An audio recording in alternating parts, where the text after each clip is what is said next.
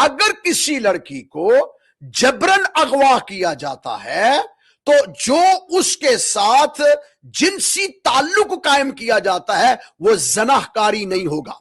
یہ نوٹ کر لیں, زنا میں بہت فرق ہے. زنا اس عمل کو کہتے ہیں جہاں دو اشخاص کی رضامندی ہو اور اس کی رضامندی کے اندر جنسی ملاپ ہو اور وہ دونوں کے دونوں بغیر نکاح کے ہوں, بغیر شادی کو ہوں, اس کو زنا کہتے ہیں.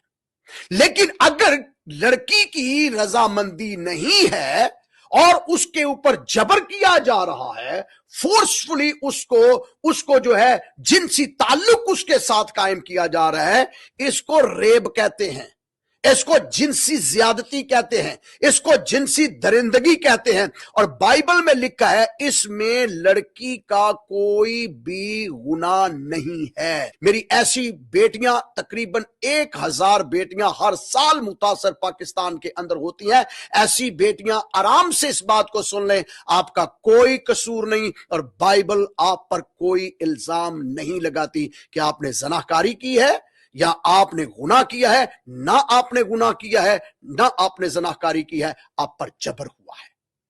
شریعت کے اندر لکھا ہے بندہ مار ڈالو, لیکن لڑکی کو کچھ نہ کہنا. تو اب سوال یہ پیدا ہوتا ہے کہ اس بچی کا فیوچر کیا ہے.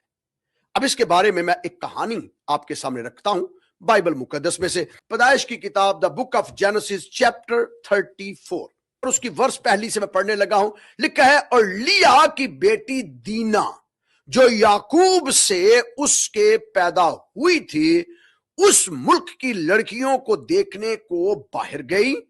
تب اس ملک کے امیر ہوئی ہمور کے بیٹے سکم نے اسے دیکھا, اسے لے جا کر اس کے ساتھ مباشرت کی اور اسے ذلیل کیا. اب دیکھیے سکم جو ہے یہ ایک جگہ کا نام بھی ہے اور یہ ایک شخص کا نام بھی ہے, اور اس کا بیٹا ہمور جو ہے. تو اس کا مطلب یہ ہے کہ جب مقدس یعقوب جس کے اندر سے 12 بیٹے پیدا ہوئے اور 13ویں بیٹی پیدا ہوئی, تو مقدس یعقوب کے 12 بیٹوں کے ساتھ ایک بیٹی بھی پیدا ہوئی تھی اور اس کا نام دینا تھا.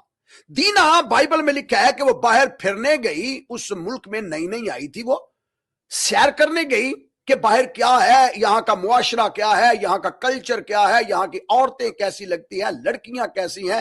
تو وہ ان کو دیکھنے گئی. وہاں پر ایک شخص تھا جس کا نام ہمور ہے, اور اس نے اس بچی کو اٹھا کے اپنے ڈیرے پہ لے گیا.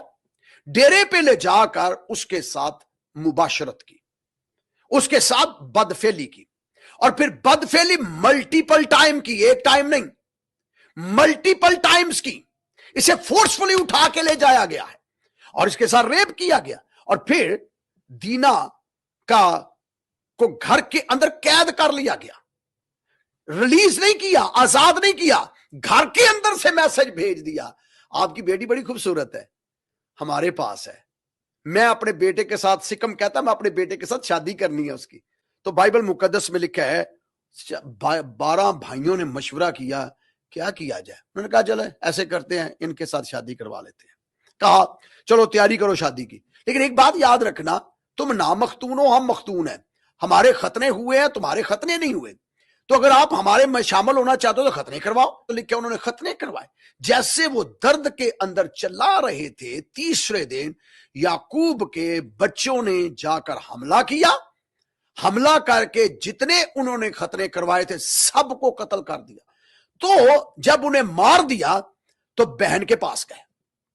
اب یہ جو بات میں کرنے لگا ہوں یہ بائبل میں نہیں لکھی, یہ بات بائبل کی اس کتاب کی ربی جو تشریح کرتے ہیں, جس میں مشنا ہے, جس میں ترگوم ہے, جس میں گمارا ہے, یہ وہ کتابیں ہیں جو اس کی تشریح کرتی ہیں.